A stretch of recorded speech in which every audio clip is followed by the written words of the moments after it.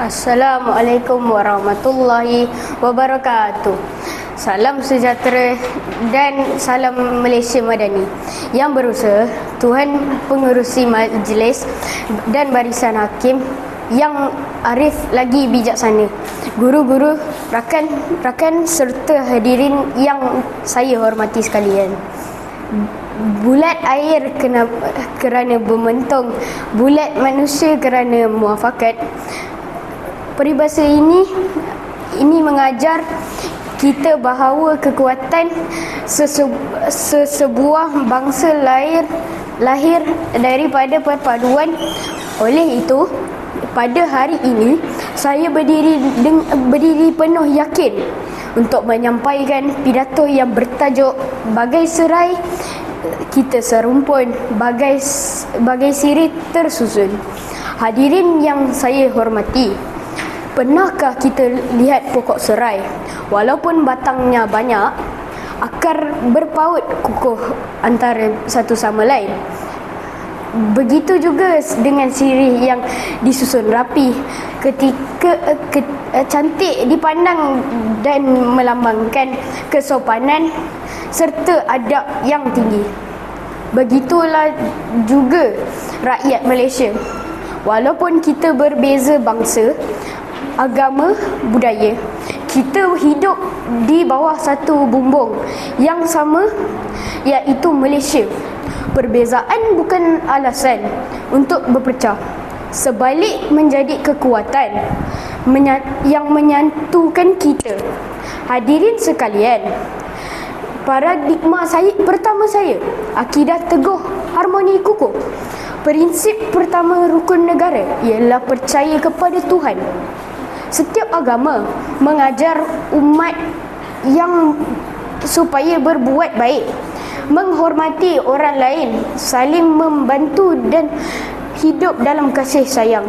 Apabila kita mengamalkan nilai-nilai murni ini, pergaduhan dielak, persahabatan dapat dipupuk dan perpaduan akan terus subur.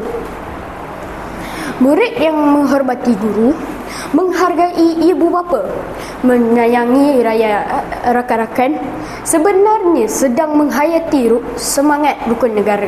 Hadirin yang dikasihi, paradigma kedua saya, raja diarti negara harmoni.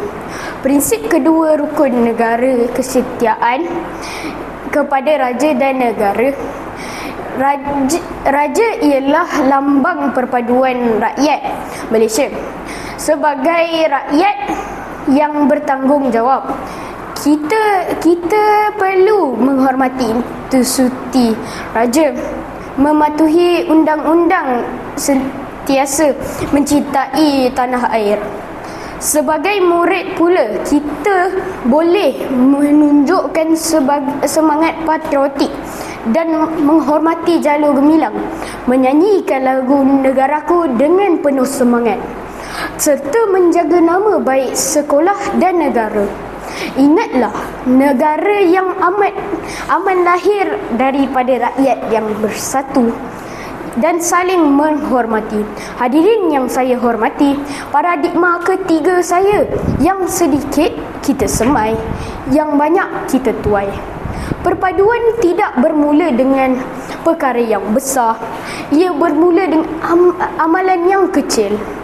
Mengucap salam kepada guru, menghulur senyuman kepada rakan, mengkongsi bekal dengan kawan berlain kaum, bekerja sama membersihkan kelas, menghormati budaya kepercayaan orang lain. Perbuatan yang kecil inilah akhirnya akan melahirkan masyarakat yang penyayang dan negara yang harmoni. Seperti sirih yang tersusun indah, begitulah juga kehidupan kita.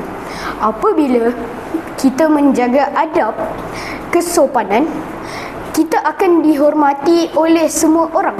Hadirin sekalian, Malaysia menjadi satu contoh kepada dunia kerana rakyat hidup dalam suasana aman walaupun berbilang kaum dan agama.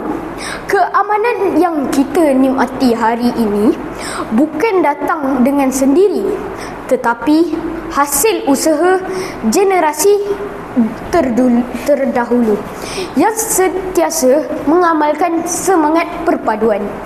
Kini tanggungjawab itu berada di bahu kita pula. Kitalah generasi pewaris yang akan memastikan keharmonian negara terus berkekal. Hadirin yang saya kasihi, sebagai penutup bicara, marilah kita menjadikan rukun negara bukan sekadar lafaz setiap kali perhimpunan, tetapi diamalkan dalam kehidupan seharian. Hormatilah guru-guru, sayangilah rakan-rakan, kasihilah keluarga, cintailah negara. Kerana sesungguhnya bagai serai kita serumpun, bagai sirih kita tersusun. Bersatu kita teguh, bercerai kita roboh.